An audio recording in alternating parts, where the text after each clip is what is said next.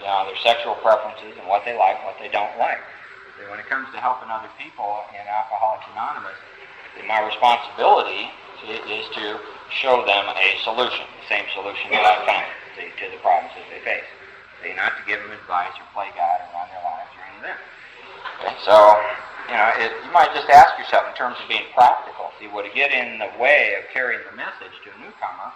If instead of carrying the message, we're sitting there being the arbiter of their sex conduct and their relationships and all that. Okay, so there's a definite thing, that's right in the way of us, being of service to each other. Okay? You might just look at all this stuff that way. Will it get in the way of you being of service to the people in your homes, your occupations, and your affairs? Okay? Start looking at it, that way. Okay? Remember step 3. We're trying to do what? To fit ourselves, to be of service.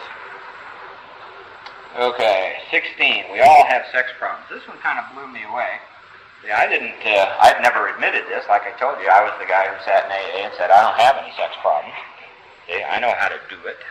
And beyond that, I couldn't see. All right, so as I started taking my inventory and looking into all this stuff, I began to realize, the depth and the breadth of sex and sexuality in my life. The way I live and the way I think and what I do and all that kind of stuff. And then I began to realize that all my life I had thought I'm the only guy with this kind of stuff going on. I'm the only guy with these sorts of problems. You ever thought that? And everybody would think I was weird and horrible and, lock me up and all that kind of stuff if this were ever known to anybody else.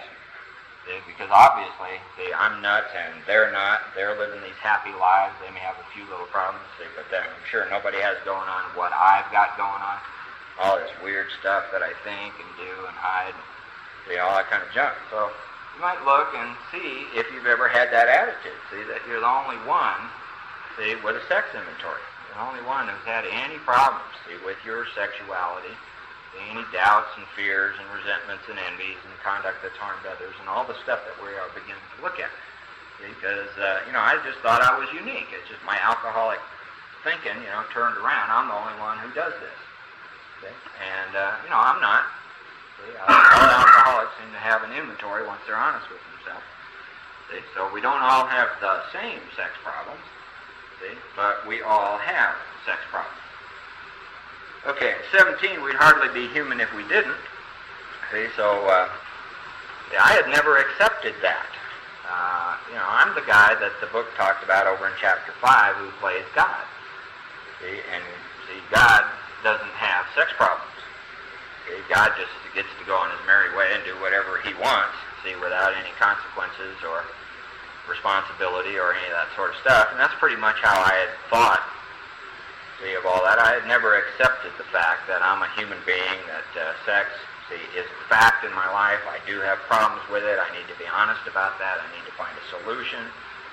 I need to stop hurting other people. I'm not any better than anybody else, which I always thought I was, and I'm also not any worse than anybody else, which I also thought that I was. There's some more of that controversy. I'm just a human being. I'm a schmuck like any other schmuck human being. Who needs to, get his feet on a spiritual path, find a solution to this, and then move on. Grow spiritually, and live as a human being probably ought to live. Trying to be of some kind of helpfulness to somebody else instead of this relentless selfishness that I've always had. So we'd hardly be human, if we didn't have these problems with our sex lives and our sexuality and all that. And all you got to do is just listen in AA meetings, and don't you hear a lot of that? People are still having big problems with their sex lives and their sexuality. A lot of collision, a lot of pain, resentment. As David was saying, the perfect relationship isn't there anymore. So doggone it. Go get drunk. Okay, last line there says, what can we do about it? When I was honest with myself about that, that sentence, that question had one word answer and it started with an N.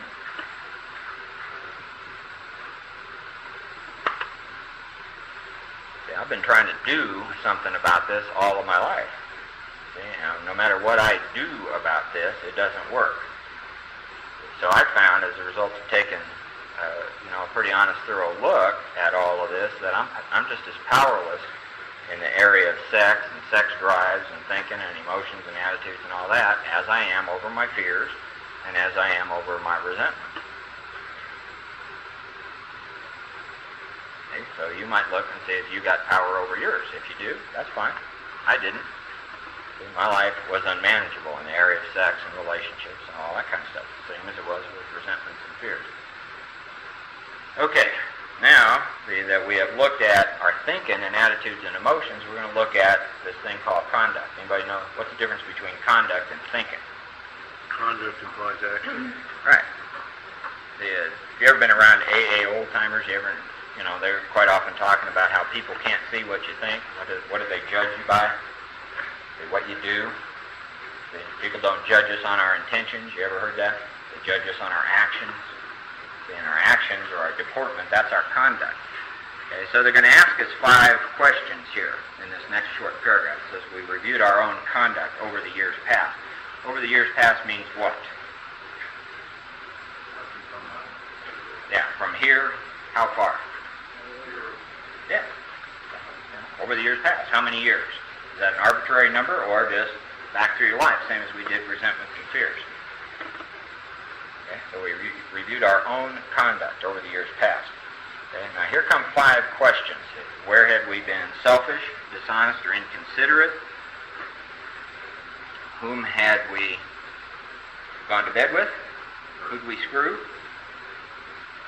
Okay, where were we bad? Okay, what were our sins? No, it doesn't say that. What is the next question? Whom have we hurt? It's a very specific question. Who did we hurt? Whom have we hurt? Okay. Did we unjustifiably arouse jealousy, suspicion, or bitterness? Everybody know those 3 guys?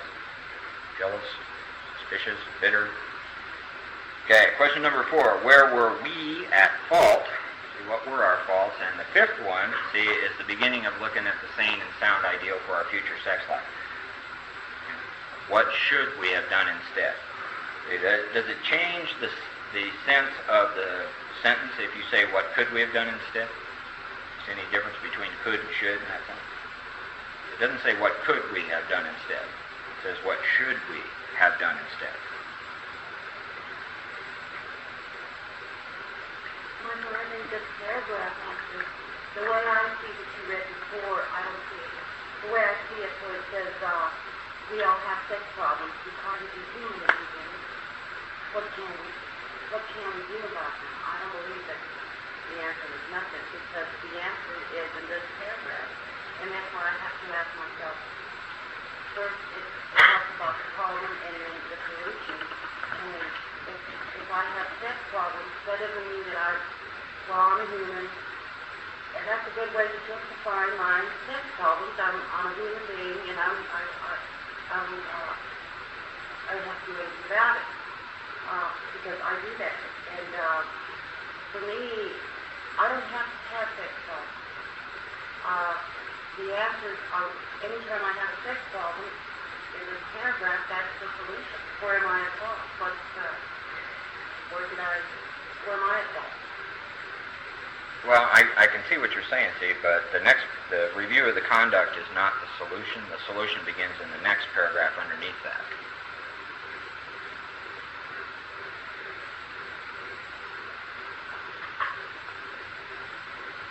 So in the same way that they offered us a solution about resentments and fears, they're going to offer us the same solution in terms of sex, see, which is coming to rely on a power greater than ourselves, see, when it comes.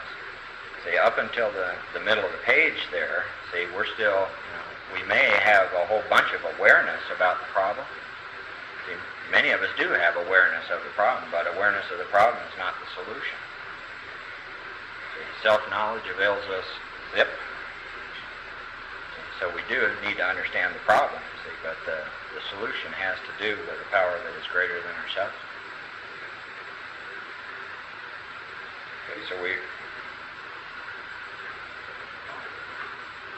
Okay, so looking at page 69, do you see, there's no form there, see, for doing an inventory. Everybody knows that there isn't any form on page 69, see, or 68. In terms of the fears, we did see a form on page 65 when it talked about our resentments, but we don't see a form here. See, so I'm going to show you a way to do this paragraph in 5 columns. See, and you can do it in 5 columns if you wish. See, and by doing it in columns, it'll save you some writing. See, but you don't have to, and just notice that it isn't in the book that way. See, so there are some things, 5 specific things that need to be addressed. See, and we're going to address them this way. If you don't want to do it in columns, that's perfectly all right.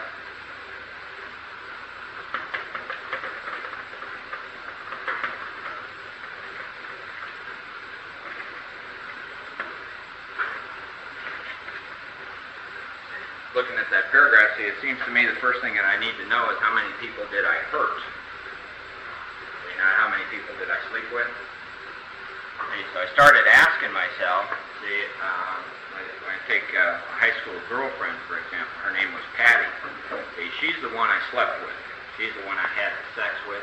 See, but did anybody else get hurt as a result, see, of my conduct, see, in that relationship with her? Yeah, see, her folks. You bet. My folks, a couple of her friends, a couple of my friends. See, a lot of people got involved in a whole lot of crap, selfish stuff that I was doing, see, as a result. See, so who I hurt, see, around that particular bit of sex conduct, see, is what I needed to look at. See, so I looked at all of that. See, I look at my sex conduct in terms of my wife. Did I harm her? Pretty clearly. Anybody else get hurt? Yeah, her mom, dad, both of her brothers. They got pretty engulfed and screwed up as a result of many of the things, see, that I was doing. See, so my list here of people that I need to look at in terms of my sex conduct, see, got a bit longer. It isn't just who I slept with. See, it's not just who I had the sex with. See, the question very clearly is who did we hurt? And so, you know, it's pretty clear to me, see, that what they're talking about is that my conduct has to stop harming other human beings, see, anywhere. Okay, so this is the way I did it.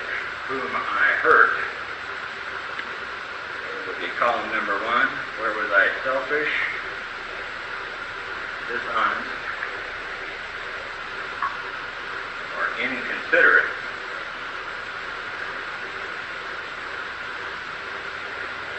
How did I arouse jealousy, suspicion, bitterness,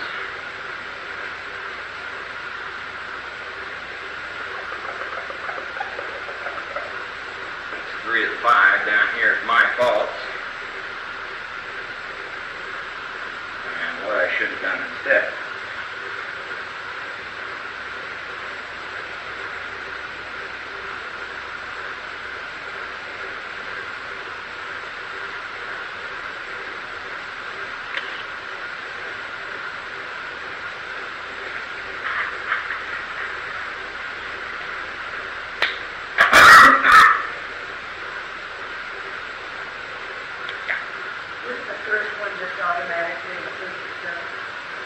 Good. Many people have myself, see, as part of this list, in the same way that many of us have myself on the resentment list.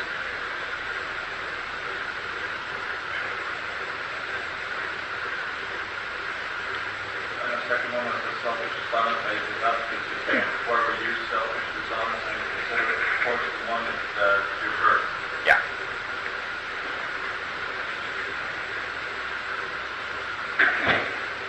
This is a review of our conduct over the years past. It had never occurred to me that my sex conduct harmed my parents. See, where they had any impact, you know, any harm on like my sister or my brother, any of that. See, but it did. Some of my friends, you know, all that kind of stuff. See, but I didn't sleep with them.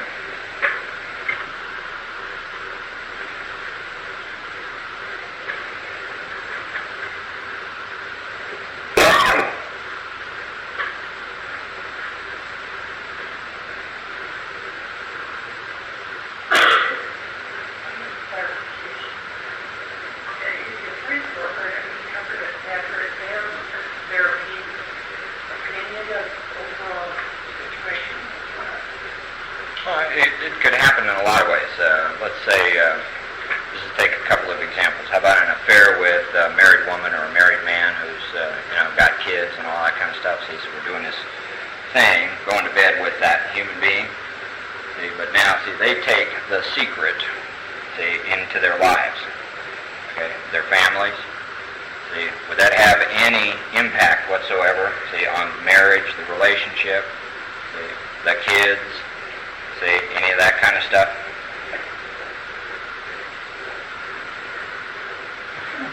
I thought you had friends that you weren't directly involved in your sexual. Right, okay. I'm going to run through an example here and explain that. I think it'll answer it for you.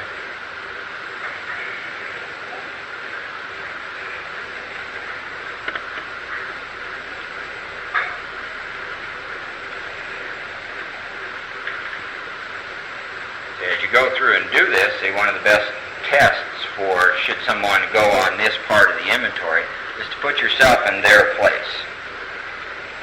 See, be them observing you or involved with you, see, in whatever was going on with you, and see if they got harmed in any way. They get lied to, misled, any of that kind of stuff. If there was any kind of harm produced in their life, all you got to do is just put yourself in their place, and you can see whether they ought to go on this inventory or not.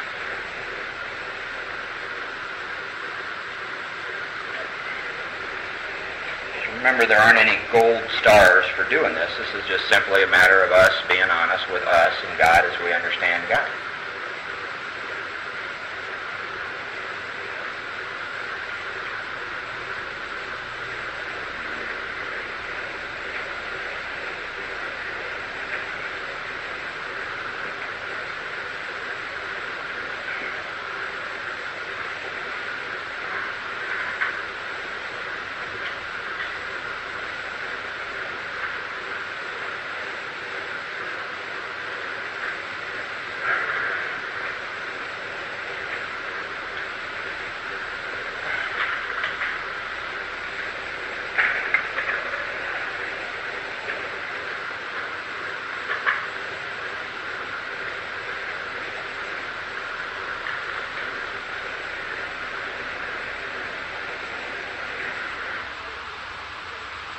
Discovered sex, the way I discovered it was climbing a pole.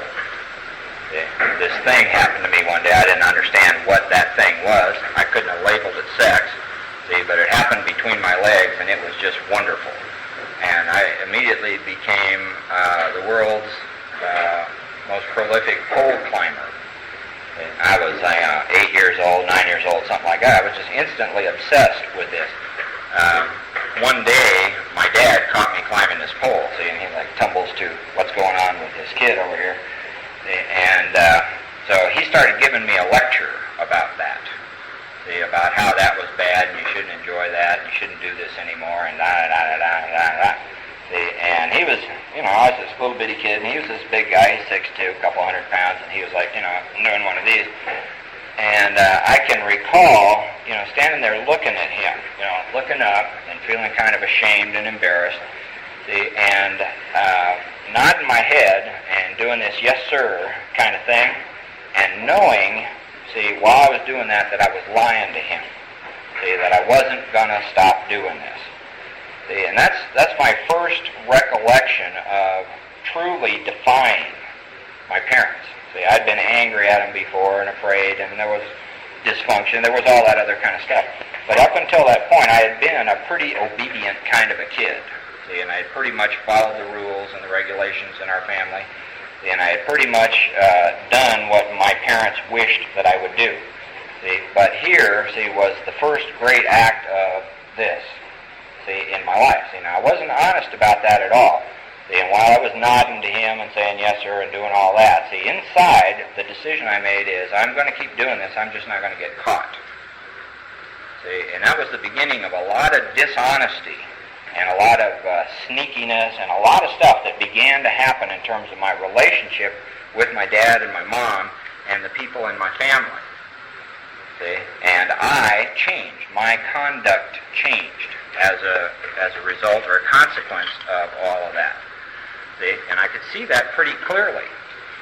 See, there was a real defiant, rebellious kind of a deal that occurred as a result, see, of sex. Now, at the time it happened, I didn't understand that that's what sex was.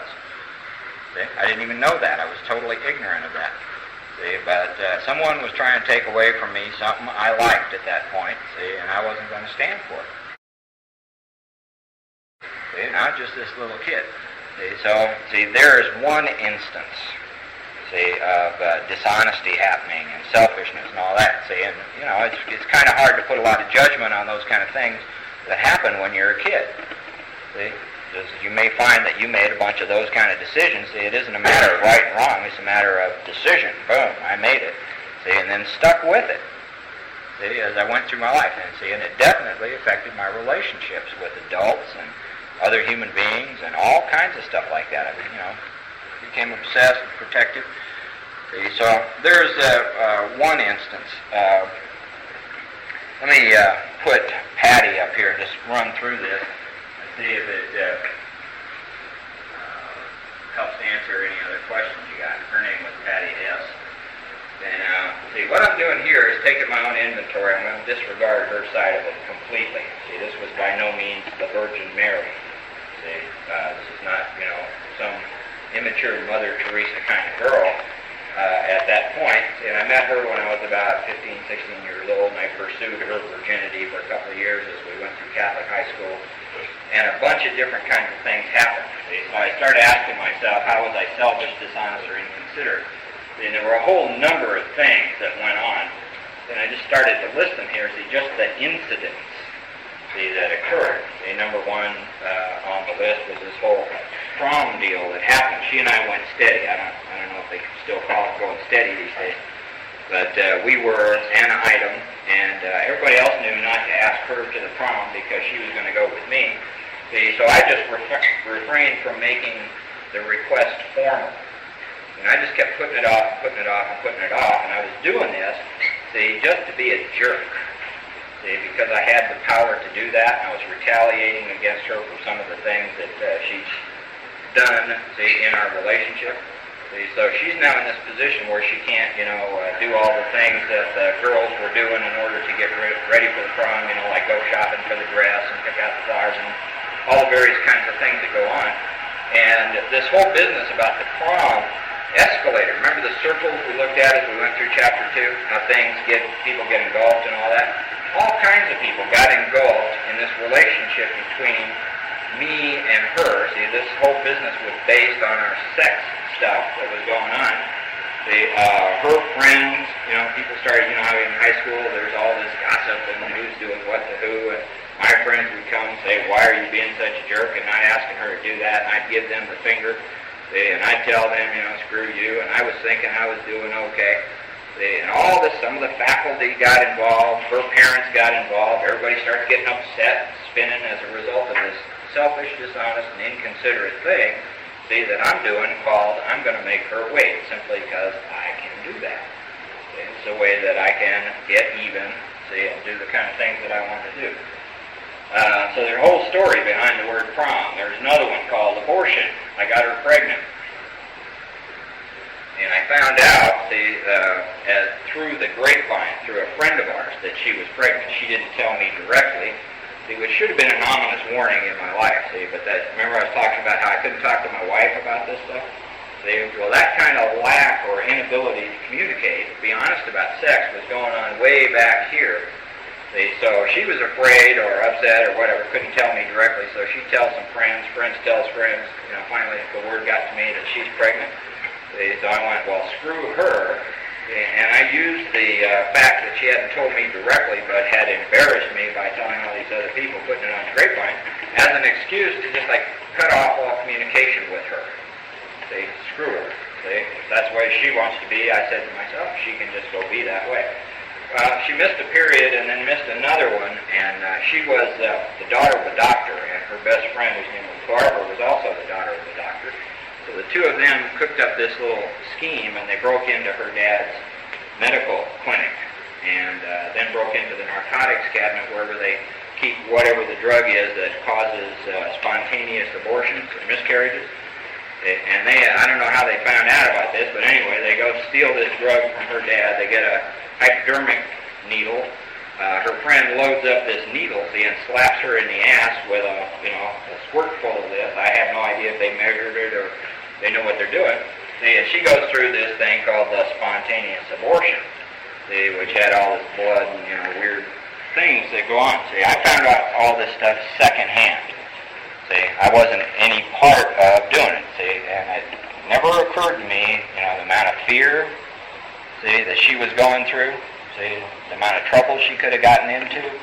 See, all of the crap that would go on with a situation like that. I was totally unmindful of any of that. See, it was all about me and how I am going to distance myself from her and that problem. Word then came through the grapevine that the problem had been solved.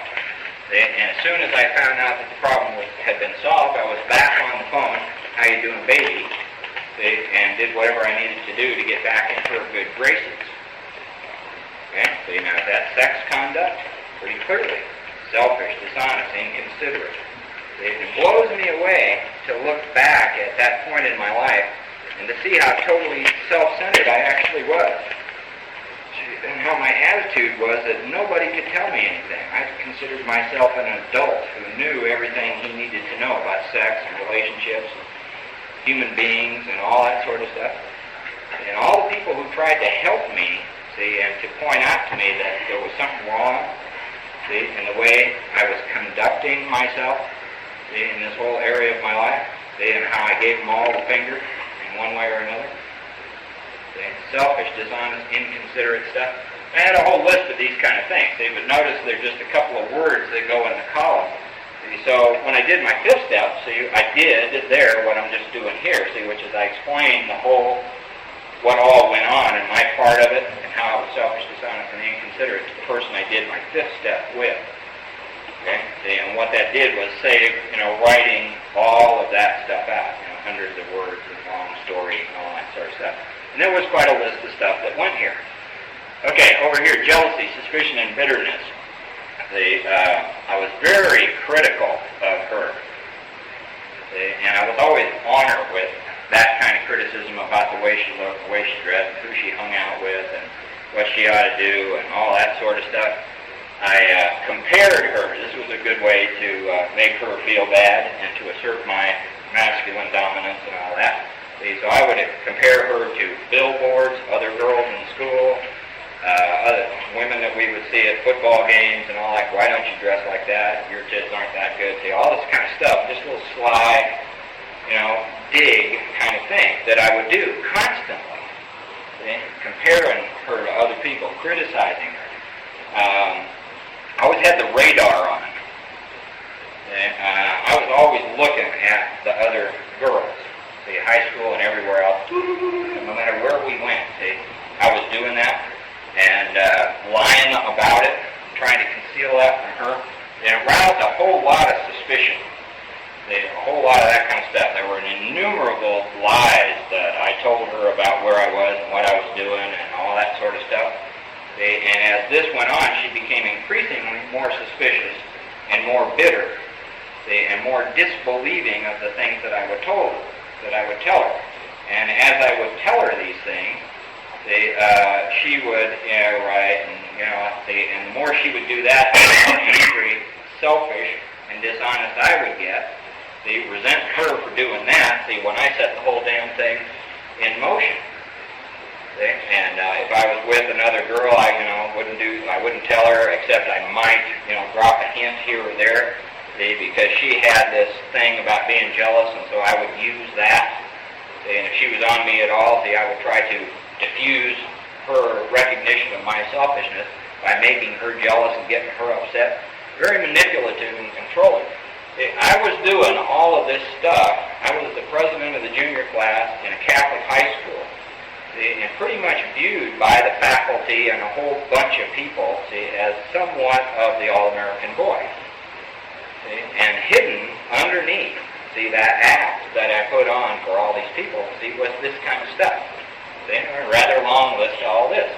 Okay, so I get down to what were my faults. I had an enormous amount of pride and self-centeredness, when it came to my conduct here. This was, for me, it was not the word love a lot with her. Okay, through this whole relationship, I love you and you love me, and let's see, make love and let's do all this. See, but there really was no love involved in this relationship I had with her. It was all about lust, see, and it was all about mine. See, and it was all, my total view of her was kind of like this sweater. See, to me, she was something I could use, see, or wear, or be decorated by. Something I could display. She was literally a thing. See, I was not mindful. Remember the 4 words from Bill's story? I'm mindful of his welfare. He was talking about Evie. See, I was never mindful of her welfare. See, I was only concerned with how I felt, whether I was happy and whether she was doing what I wanted her to do. I was never concerned with how she felt or what was going on with her or what she needed, see, or any of that kind of stuff. See, so it was totally about, see, me, see, and sex for me. See? And a lot of the things that I did, see, were dishonest. Even the nice things that I did, the flowers and the candy and the presents. See, it was all, see, it looked generous and kind and romantic, see, but it was all self-centered in the sense of it was always manipulative. It was always either to get me out of some trouble with her, see, and to keep me getting laid, see, or to get her to do something that I wanted her to do, see, or simply to keep her around if she was angry with me, see. So the whole deal here, see, was based on sex and sexuality, see, and I was calling it a lot of other things. Okay? As I look back, one of my big faults here, see, is just how ignorant I actually was, see, of what all this was about. See? And I thought I knew what I was doing. I thought I was okay. I thought this was the way it was supposed to go. I thought this is what a guy did. See, this is how men treated women. See, these were my ideas. Other people, see, had their ideas and they were wrong. I thought I knew everything I needed to know about sex. I thought. Who did the thinking? I did. It all seemed okay to me, and when she got mad or things didn't work, see, I got very upset and confused. And why is she treating me that way? And why are they saying those things that they are saying about me? See, and why don't they look at what she's doing and all that kind of stuff? See, so here I, had quite a list of things where I was at fault. See, I was pretty young and pretty much a baby drinker in those days. See, at this point I wasn't drinking every day. Most of my drinking was going on the weekends with the boys. See, but the selfishness and self-centeredness at the root of the conduct, see, was all there. See, the total I point of view. And the lack of a recognition about her. Okay, so what should I have been done instead? Well, there's any number of things. I could have been honest. I could have relied on God. I could have sought to be of service, see, to her. I could have cared, see, and recognized that she was a human being, and recognized that she had feelings and thoughts and wants and desires and all that, which I didn't recognize. I didn't have a clue about any of that. Never even really occurred to me. Stuff like honesty and loyalty and faithfulness and that kind of stuff to me was Boy Scout sorts of things. It's unnecessary in my life. I just sort of all dismissed those kind of things.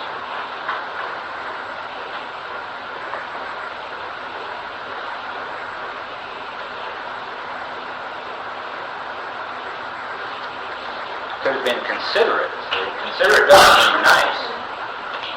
Could have simply considered, see, what was going on there, see, and looked at her and sought to do something for her or with her, see, instead of to her. Okay?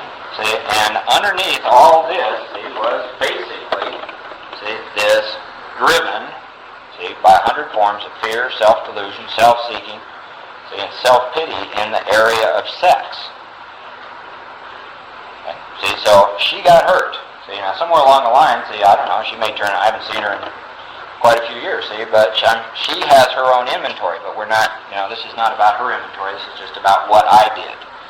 Okay, see, and I look back and I really became aware, see, of how selfish, self-centered, literally insane, see, I was. And this, see, was going on way before I was an all-day, every day, drinking kind of alcoholic sort of a dude. Because I went on through the list of who I hurt. A lot of these things that are over here, see, especially in these 3 columns here, would occur again and again and again. And I began to see, the jaywalker and all that kind of stuff that the book talks about. Okay, so a lot of the stuff that we see in chapter 3, see, where alcohol has been involved, we've been strangely insane. Well, where sex and relationships have been involved, I've been strangely insane. Okay, selfish, dishonest, inconsiderate, all that kind of stuff. Okay. Now, did that answer your question? Okay. Let's go over the paragraph one more time. It's almost time to quit. Okay, so we reviewed our own conduct over the years past. Where had we been? 3 things: selfish, dishonest, or inconsiderate. So notice this is not, really about whips, midgets, and KY jelly. Okay, this is where had we been selfish, dishonest, inconsiderate? Whom had we what? Hurt. Okay. Did we unjustifiably arouse jealousy, suspicion, or bitterness? Where were we at fault? That's number 4. And what should we have done instead? Pretty clear? Everybody understand the... Okay, so all you do, see, is make a list of who got hurt in your life, see, and then address those questions. See, and then that's what you use in your 5th step, see, to discuss this with the other human being. Okay, where were we at fault? What should we have done instead? And the last sentence is what? We got this all down where? On paper. Okay. See, so we have now seen clear-cut instructions for the 3 parts of the 4th step inventory. See, the resentment inventory goes back through our lives. Nothing but counts but thoroughness and honesty. And is that written? Yeah, it says we set it on paper. Okay, the fear inventory. See, goes. We reviewed our fears how? Thoroughly. What did we do? We set them on paper. See, written fear inventory. The sex inventory. We got this all down where? On paper. See, and looked at it. So now, see, if we're going to follow the directions, we've got a 3-part 4th step is now complete. Okay? Having to do with anger and resentment back through our lives, a thorough list of fear all the way back through our lives.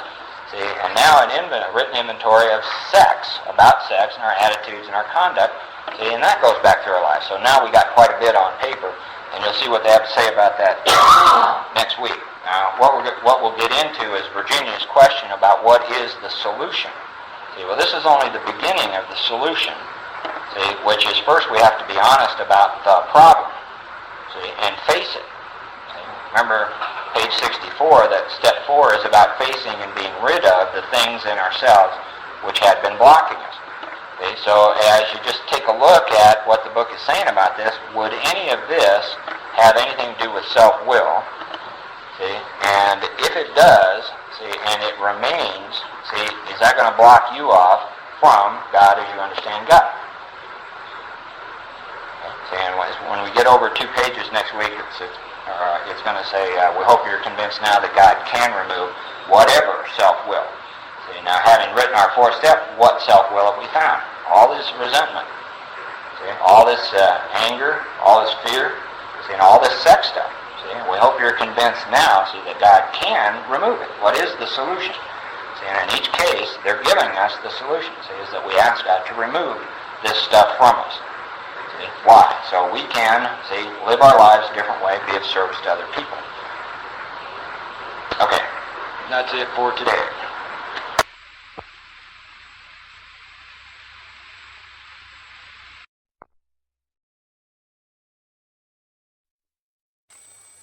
That's going to be the end of this group, 5th step. So we now, let's just review quickly one more time what we've been asked to do in the 4th step, which is started on page 64, and it started with a list that had 3 parts, down at the bottom 64. We made a 3-part list: people, institutions, and principles with whom not we were resentful, but with whom we were angry. And once that list is made, then over on page 65, we do a 3-column inventory. See, on every item that appears on the list, all of the people, all the institutions, all the principles, in the format that we see there on page 65. Okay. 2 sentences underneath the example there says we went back through our lives and nothing counted but thoroughness and honesty. Leaving nothing out. It doesn't tell us to go back to our first strength or to do the things that we think are major or to go back to some, event that we think started it all or any of that. Disregarding those kind of things, we're just going to be thorough and honest. Okay, go all the way back to our life. Okay, now once that's done, then we go over to page 67 in the middle paragraph. It says referring to our list again. And this is the fourth column on the inventory. And there's some clear instructions there that say now we're going to put out of our minds the wrongs others have done. So that's all the stuff we wrote in the second column. And we're going to resolutely look for our own mistakes. And then it asks us to look at 4 very specific things there, where we've been selfish, dishonest, self-seeking, and frightened. What were our fears?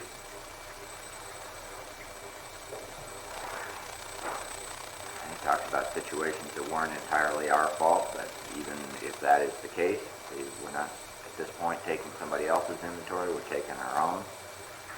The inventory was ours, not the other man's, and when we saw our faults, what did we do? We listed them. We placed them before us in black and white. So that's the written fourth column in the resentment part of the inventory. So now you got column 1, 2, 3, and 4 done on that grudge list of people, institutions, and principles. And that's the first portion of the fourth step. Okay, everybody clear about those? Okay, at the bottom of page 67, they begin talking about fear. Just notice that the word fear is bracketed alongside the difficulties with those 4 folks.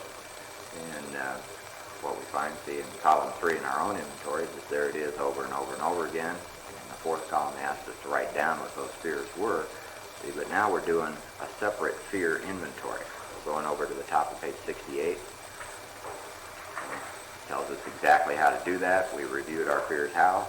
Thoroughly. How do we do that? We put them on paper, even though we had no resentment in connection with them. And we talked a lot about all the various aspects of our lives, where we experience fear, and how at this point, what we do is just make a list, the same as we did at the resentment part. We go all the way back to our lives of all things we either are or have been afraid of, leaving nothing out. Once that list is made, then there are 2 questions that we ask ourselves about the fear. Okay. Number 1, we ask ourselves why we had them. The next sentence. So what are we looking at there? Our reasoning, our thinking. The God of reason, as it was called in chapter 4.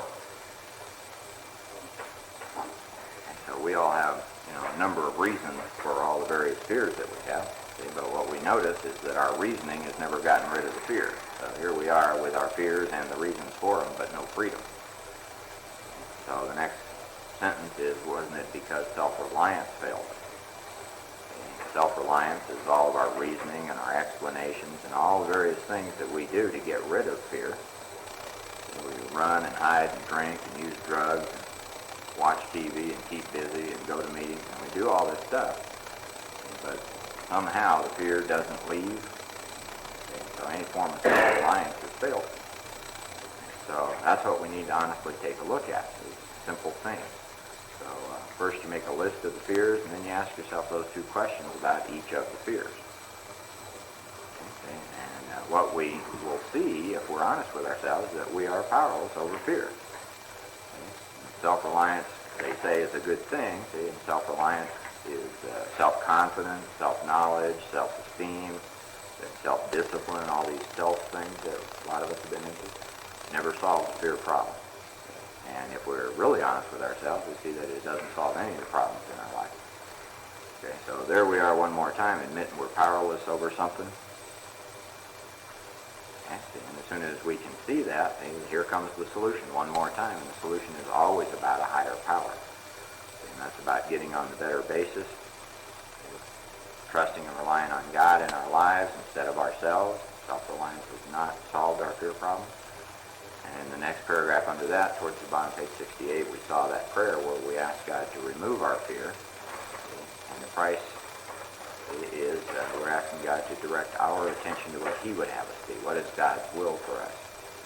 Instead of all the self-will and the fear and the collisions and all the various things that we've been looking into up to this point. Okay, so that's the fear inventory. 4 paragraphs. The instructions are pretty clear. Okay, bottom of page 68. See, it says now about sex, and what we did was take that paragraph apart, and we found that there were about 17 statements in there, all having to do with our attitudes, emotions, and feelings about sex, sexuality, and relationships, and whatever the problem is in our own life. So we numbered all those things, and what you do is just put your experience of each of those down on paper and go to the next paragraph, where now that we've looked at our thinking and our ideas and emotions about this, we're going to look at our conduct, see what we actually have done in terms of this stuff in our life. So we reviewed our own conduct over the years past. Once again, there were 5 more questions that need to be looked at. This word, we've been selfish, dishonest, and inconsiderate. Whom had we hurt? Not who did we sleep with? Okay? And that makes all of us take a little bit deeper look, see, at this problem, of how what we do engulfs other people and affects them. So who had we hurt? Did we unjustifiably arouse jealousy, suspicion, or bitterness? That's question number 3. Where were we at fault? That's question number 4. And what should we have done instead was question number 5. What we talked about last week is how you can do that in a 5-column format, see, which will save you some writing. But once again, see, there is no format for the sex inventory in the book. See, there's only a format for the resentment portion. So you can use the columns if you wish, but everybody should notice that they aren't in the book. And so if you want to just make your own list of who got hurt in your life and then address each of these questions, see, for each of the people on the list, that'll work too. You can do that however you want to do it. The column format just saves you a bunch of writing. Okay, and then the last sentence in that paragraph says, we got this all down where? On paper. See, and looked at it. See, so clearly now, see how it works as presented in the textbook of Alcoholics Anonymous, see, has shown us that there's a written inventory of resentments, and that it's got 4 columns, and there's a written inventory of fears, and what specifically needs to be looked at, and there is a written sex inventory. See? And anyone who follows those directions then has, see, done the 4th step, see, that's talked about in the 12 steps. See? That is a searching and fearless moral inventory that we have now taken of ourselves, if we have followed these directions. Then one of the things you can notice is if you, as you go around and see all these other 4th step inventory forms that are around, see, generally they do not include these 3 things. And they usually leave something out, or they got some preconceived ideas. There's a lot of stuff that goes on with all those other inventory kind of things that are presented out there as step 4 in the world. So you might just look at that and see what your own experience of it is. See, people ask me all the time, see, why it is that it seems to be necessary or required to do it this way. See, and the one and only answer is this is how it works. See, there's lots of experience of other things not working. See, and I've got some experience of doing it other ways and having it not work. See, so it isn't a matter of right or wrong or good or bad, see, or any of that. It's a matter of, see, do you want to solve the problem? See, and this is the 4th step, see, that has proved, see, itself over the years, see, to work, see, for people in Alcoholics Anonymous. See, so it's just that simple. This is how it works. Everything else is how it doesn't work. True or false? It's really pretty simple to conceptualize, too. If you set out to bake a cake and leave out one of the ingredients, like sugar or flour or eggs, you end up with a cake. If you decide to skip on one of the ingredients, does it taste like a cake? No. You simply have to follow the instructions.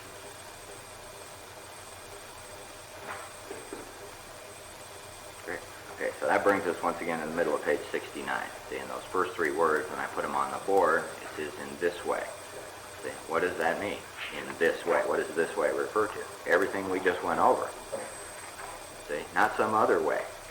See, and see, one of the things we can notice, see, if you've been around AA for a while, see, it seems that an awful lot of people still have an awful lot of anger.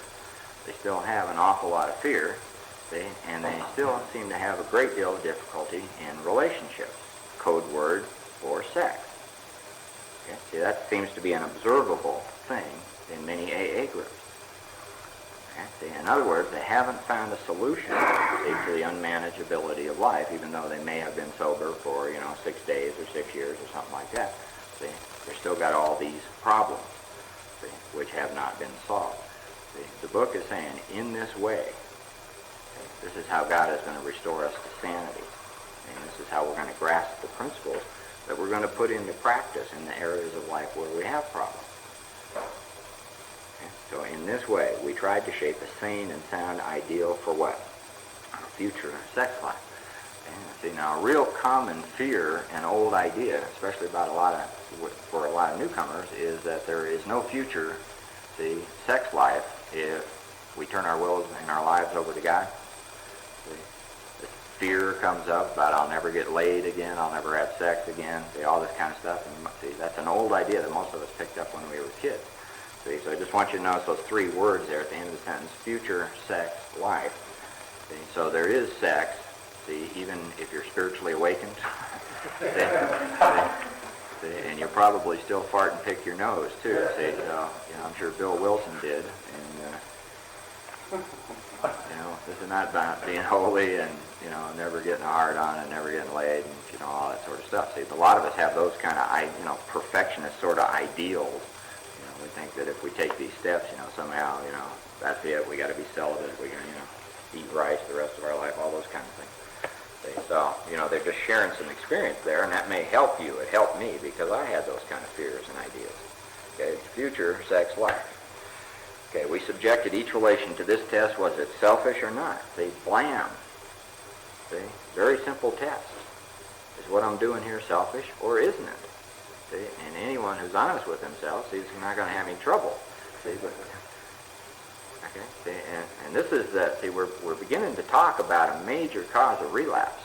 See, among people in Alcoholics Anonymous, and the ominous warning that we went over on page 70. We're going to go over it again. See, so pretty obviously now, we have seen some things in ourselves in terms of our sex lives and sex conduct, see, which are not sound and they are not sane. And a lot of conduct that has harmed other people. See, the question was, who had we hurt? And now they are telling us that we really do need to rely on God. And the reason is, if we continue to be selfish and to harm other people, see, in exactly one page, they're going to tell you that certainly you will get drunk.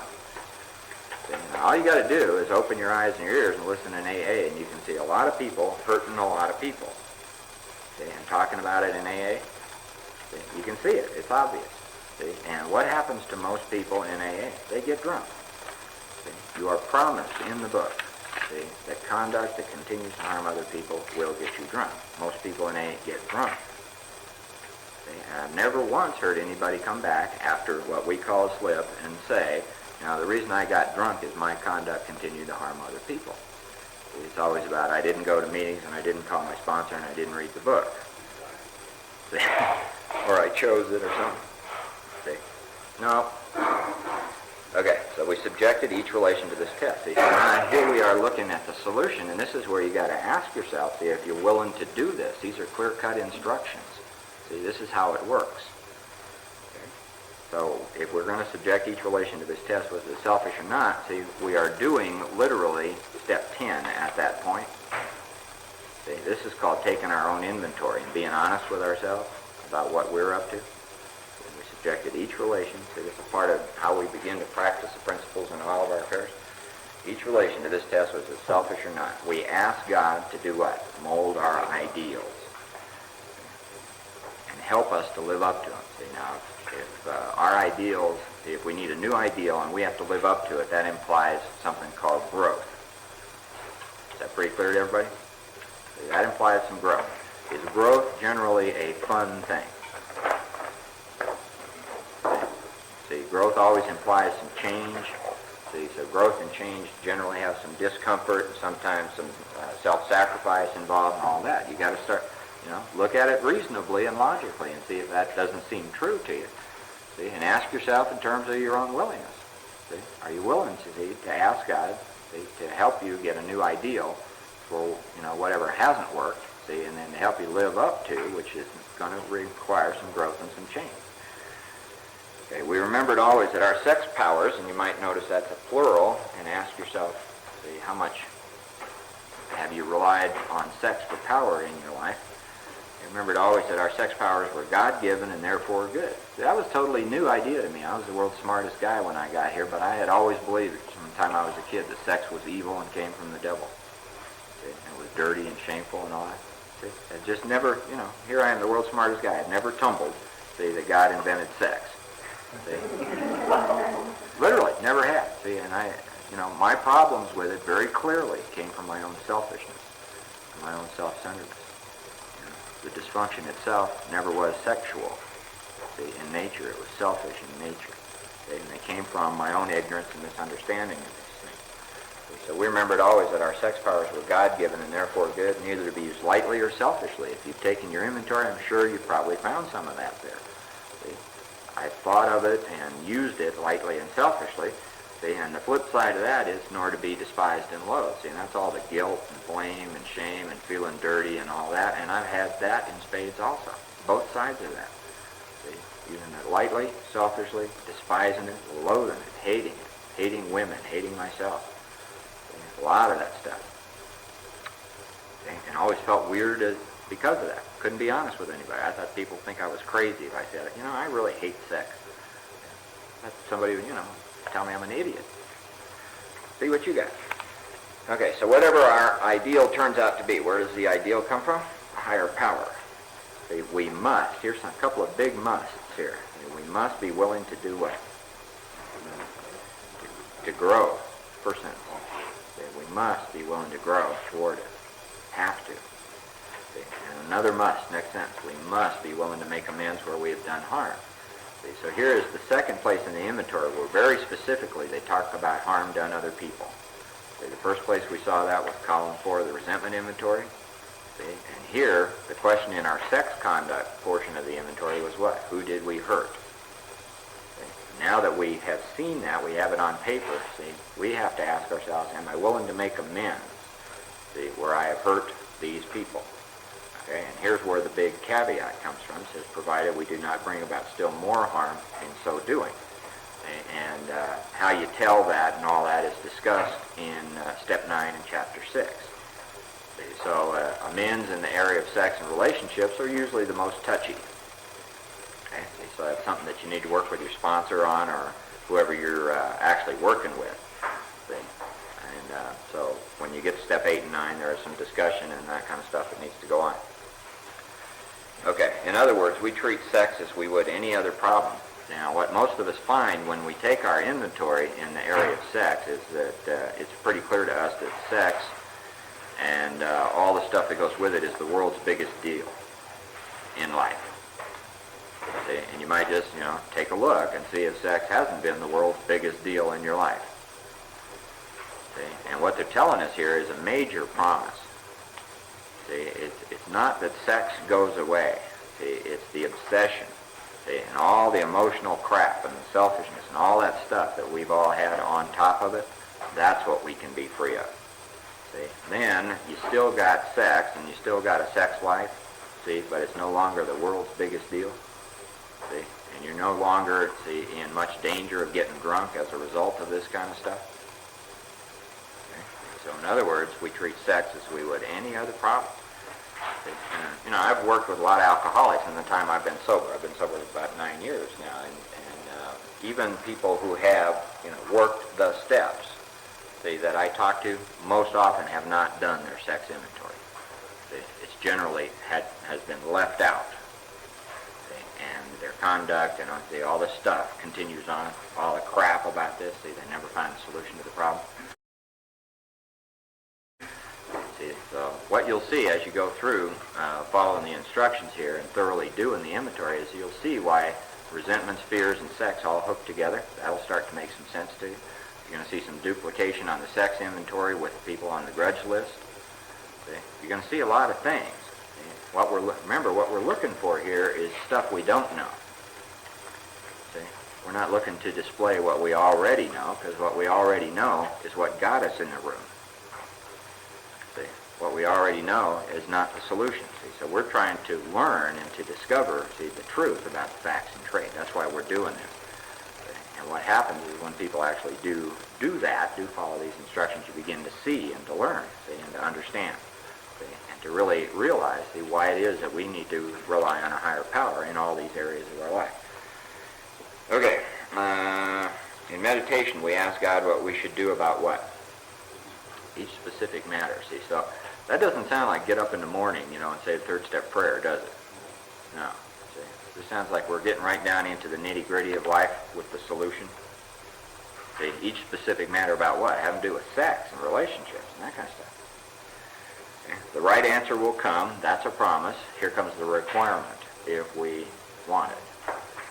See, so one of the things I had to learn pretty early on as I was learning all this is that I would say a prayer and it wouldn't get answered. And then I'd start questioning God and getting mad and all that kind of stuff.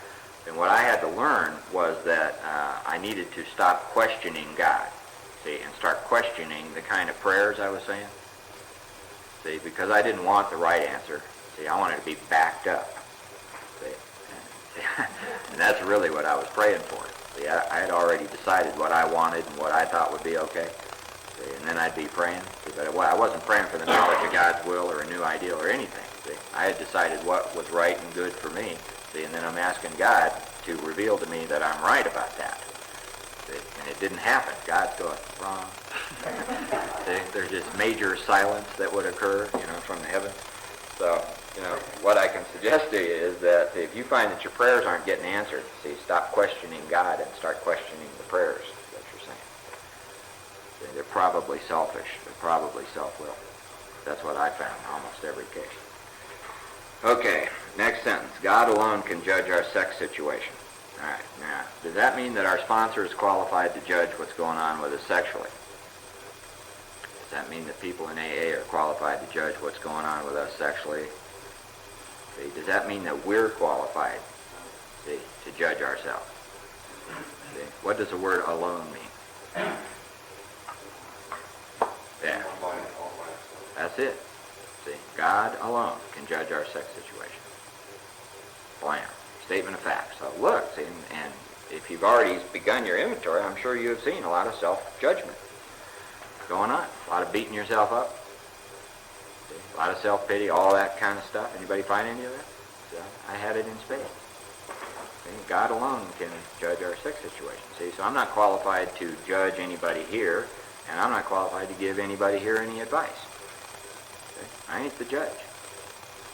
Almost all the four sponsors I've had in healthcare have promoted a certain kind of sex life, and then when it didn't work, they went to the opposite. They kind of got tired of me calling all the time, with my complaints, and then they flipped over to the opposite. Like, okay, well, try this. So all four. Okay, and see, that's just, there's lots of examples of that kind of stuff. See, a lot of times when a newcomer walks in the door, see, we start judging them immediately, what they do, start giving them rules. Somebody starts running their life for them, get rid of her, get rid of him, do this, do that. See, that's all coming out of, from people who haven't done their own inventory. That's where that stuff comes from. See, if they'd taken their own inventory, they wouldn't be doing that. See, so we need to be talking to newcomers in terms of solutions, not in terms of judgment and advice and self-will and all that kind of stuff. So you'll see why here. See, so God alone can judge our sex situation. See, and at this point, see, everybody, you ought to know pretty well what your sex situation is after having followed these instructions. So you ought to be pretty clear about, see, where selfish and self-centered fits in, and the conduct that harms others. You ought to be pretty clear by this point. Okay, counsel with persons is often desirable. See, so it's a good thing to talk to people. But we let God be the final judge. So, I don't give much advice to newcomers or anybody that I work with, but I do have one piece of advice, especially about this kind of stuff, and it is, if you're going to talk to somebody in Alcoholics Anonymous about relationships, code word for sex, and if you're going to do that, before you do that, ask them if they followed the directions in the book, if they have taken their own inventory, if they have worked the 12 steps, because if they haven't, I'd run like hell. I would run like hell. But you can take that for what it's worth. They're going to tell you exactly why in the next sentence. We realize that some people are as fanatical about sex as others are loose. And people who are fanatics about this kind of stuff, and people who, do all, all this flip-flop, all kinds of advice and stuff, generally, it's pretty clear evidence they haven't taken their own inventory. That's how you can tell. So we avoid hysterical thinking or advice. And that is some great advice right there. Take your problem here to a higher power. This is the solution. Okay? And the reason they put that, see, right in front of this coming paragraph, you're going to see, is that if you get some bad advice and follow it, see, you're liable to continue harming other people. See, if you continue harming other people, see, we guarantee you're going to get drunk. See, watch what they say. See, so suppose we fall short of the chosen ideal and stumble. See, does this mean we're going to get drunk? Some people tell us so, but this is only half true. It depends on who and what. See, it doesn't depend on the person that we listen to or the advice we got. See, they aren't the ones who are going to get drunk. See, it depends on us and our motives. See, so whose responsibility is this stuff? Ours. See, you might notice, one of the things I found is that, a lot of times I went around, especially before I worked the steps, but all the way through my life, I'd go around when I did ask for advice, and generally, I was looking for somebody to agree with me or back me up, see, or to do something so that I didn't have to take responsibility. See, and a lot of times I was pretty unconscious that that's what was going on. See, but quite often, if I was asking somebody what they thought or what their opinion was, what their advice was, see, it's because I was either too lazy, too scared, too irresponsible to take my own inventory, see, and do it, whatever it was, see, on my own. See, so it was totally up to me and my motives, see, and I had a lot of resentments, see, at a lot of stuff that's happened in my life, that came from other people, see, but at its root, see, they weren't even the problem, see. It wasn't them. The advice they gave me was bad, that's clear, see. But what was I doing there getting it? See, that's what wasn't clear.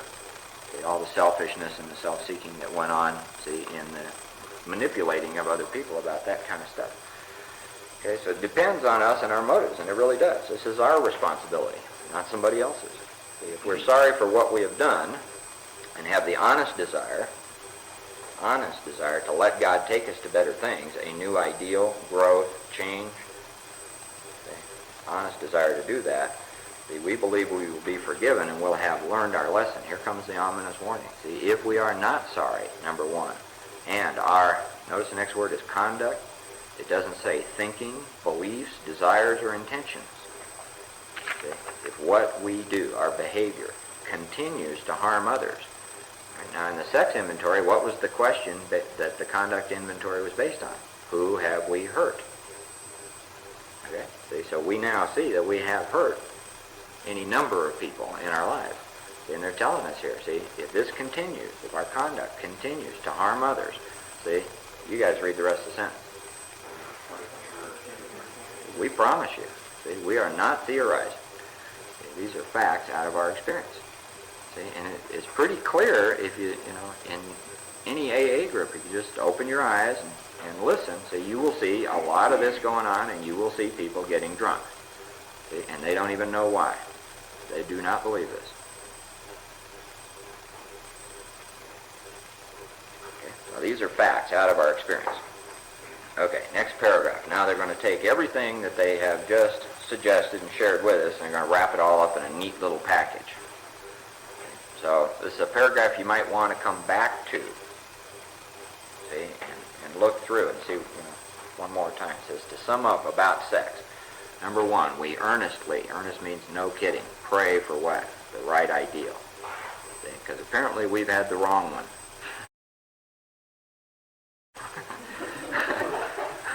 I don't think we'd be here if we didn't have the wrong one. Okay? So we earnestly pray for the right ideal.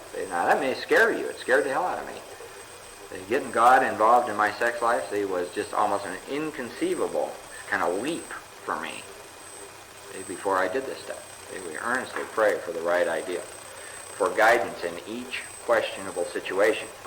Okay, see, so it doesn't say that we go seek guidance from a person. It says we're praying for it. Praying for guidance in each questionable situation. What else are we praying for? insanity. Anyone who follows the directions on the sex inventory is going to see some insanity there. Okay? And for the strength to do what? See, not the pleasurable thing, not the convenient thing. See, the right thing. So those are some pretty clear instructions summing up about sex. Okay? If sex is very troublesome, we throw ourselves the harder into helping others. Now, see, in my own particular case, sex was very troublesome. I had, one of these sex drives that was in overdrive back in the days when I worked the steps. See, so I did exactly what they said to do here. See, I just kept aiming at, all of this stuff that was going on with me into trying to help other people. I'd go to meetings and snag a newcomer and work with them and see, over and over and over again. Sex was real troublesome for me. So sex is very troublesome. We throw ourselves the harder into helping others. What decision did you make? What did your third step prayer say? See? What price has to be paid here? Who's got to pay it? Okay, this takes us out of ourselves. It quiets the imperious urge. Imperious urge is 1930s talk for terminal horniness. Okay, see, and if you read, about Bill especially, see, sex was very troublesome for him. See, and he even mentions it in the big book. Okay, see, and you can read the stories of a lot of the early people. There's a story about two guys chasing this newcomer lady around Dr. Bob's examining table one night. See, these were human beings, who got erections and got turned on and had sex drives. See, and they were alcoholics and drug addicts. See, they were just like us. See, they weren't perfect. They didn't walk on water. They weren't exempt, from what's called the flesh and all that kind of stuff. See, they were human beings. See, and they had to find a solution, just like we have to find a solution. There's nothing perfect about those guys or those women. Okay, so this takes us out of ourselves. It quiets the imperious urge. I'm sure some of you know what imperious urge means. Everybody remember that? Everybody's heard the term sex drive? Drive. Anybody been driven? No kidding. The imperious urge. When to yield would mean heartache. Do you understand that sentence now? See, to let this thing get in the way of your spiritual growth, bring about harm to somebody else, especially another recovering alcoholic, it's bad news. Bad news. Quiets the imperious urge. When to yield would mean heartache. See, so what they're saying here, it's either true or it's false. See, you can take it to heart or you can disregard it and say, no way. But there it is. See, and in my experience, this stuff is exactly, precisely the truth. It's been the truth in my own experience.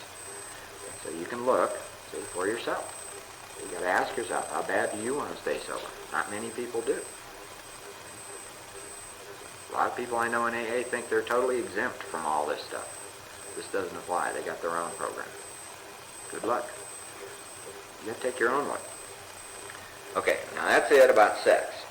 So we now know how it works in terms of the fourth-step inventory.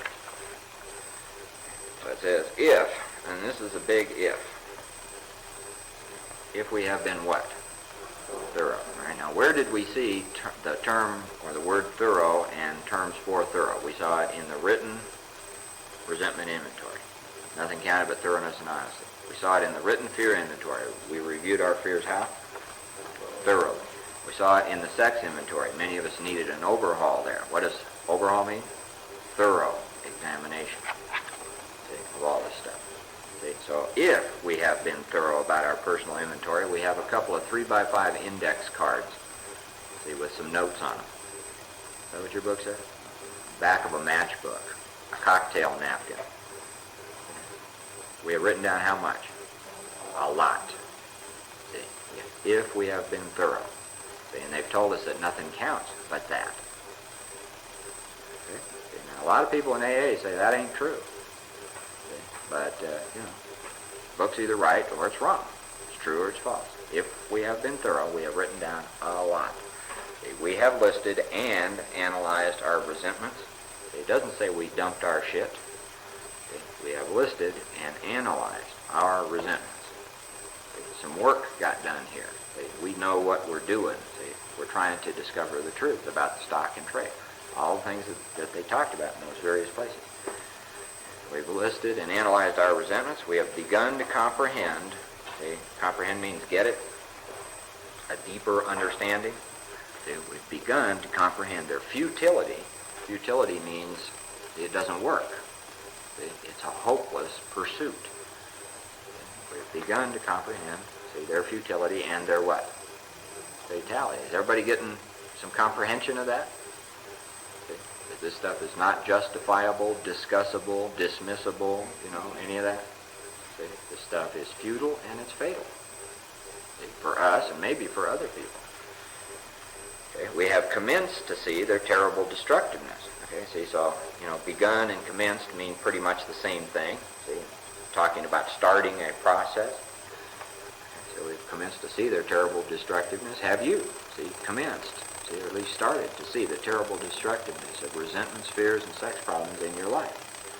See, why are your chances of staying sober pretty slim if something isn't done about these problems? Okay, we have begun. So notice those three sentences. We've begun, we commenced, and now we've begun again. See, we've begun to learn tolerance, patience, and goodwill toward how many folks? All men. Okay, now, what's the opposite of tolerance? And what's the opposite of patience? And what's the opposite of goodwill? Yeah, bad will or hate. Okay, so if we have now begun to learn these three things, see, what must we have a lot of? The opposite. Yeah, see, we must have a lot of intolerance, impatience, see, and hate. If we have now begun to learn tolerance, patience, and goodwill. Does that make sense? Okay. I mean, is that something you can look at in yourself? See, that was absolutely true about me. See, and here I was thinking I was the world's nicest guy. See, but that wasn't the truth. I was intolerant, impatient, full of hate. So now, see, I've begun to learn. It doesn't mean I'm perfect. It doesn't mean I walk on water. And it doesn't mean I never get pissed or afraid. See, or have a sex thought. It just means I have begun to learn tolerance, patience, and goodwill toward all men, comma, even the slime bags. See, even those people who really need to die. Okay, for we look on them as what? Sick people. Now, where did we start to do that? Where did they talk to us about realizing that people were perhaps spiritually sick? Right, bottom of page 66.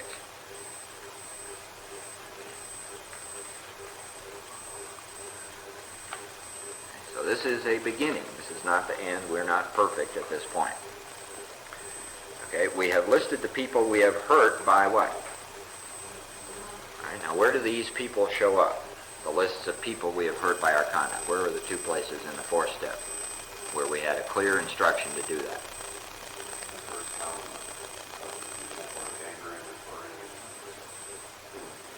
Right. Column 4 of the resentment inventory and the sex inventory, a list of who we have hurt by our conduct. Remember page 67, it says we admitted our wrongs honestly and were willing to set these matters straight.